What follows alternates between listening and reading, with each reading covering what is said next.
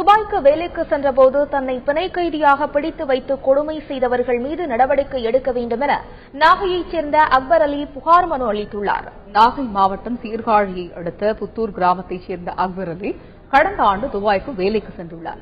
ஆனால் அந்த நிறுவனத்தின் மேலாளர் அக்பர் அலிக்கு அளவிற்கு அதிகமாக வேலை கொடுத்ததுடன் அவரை பிணைய கைதியாக பிடித்து வைத்து அவரது கை கால்களை முறித்ததாக கூறப்படுகிறது. மேலும் பணத்தையும் பறித்துக் கொண்டு சொந்த ஊருக்கு விரட்டி அடித்துள்ளனர். இது தொடர்பாக அக்பர் அலி நாகை மாவட்ட காவல் கண்காணிப்பாளர் மற்றும் மாவட்ட ஆட்சியரிடம் புகார் மனு அளித்துள்ளார். அதில் தன்னை தாக்கியவர்கள் மீது உரிய நடவடிக்கை எடுக்க வேண்டும் என்று குறிப்பிட்டுள்ளார். என் குடும்ப சூழ்நிலைன்னு சம்பாதிக்க நான் வெளிநாடு துபாய் போனேன். ஸ்டீல் ஃபெட்ருன்னு போட்டு வேலை கூப்பிட்டாங்க. எனக்கு அந்த வேலை தெரியாதுன்னு ஓனர்கிட்ட சொன்னேன். அவர் என்ன சொன்னார், இல்லை இந்த வேலை தான் பார்க்கணுன்றாரு. 8 மாதம் பார்த்தேன். என் குடும்ப சூழ்நிலையால் என்னால் முடியல. ஒரு 3-4 தரம் மயக்கம் அடிச்சு கீழே விழுந்துட்டேன்.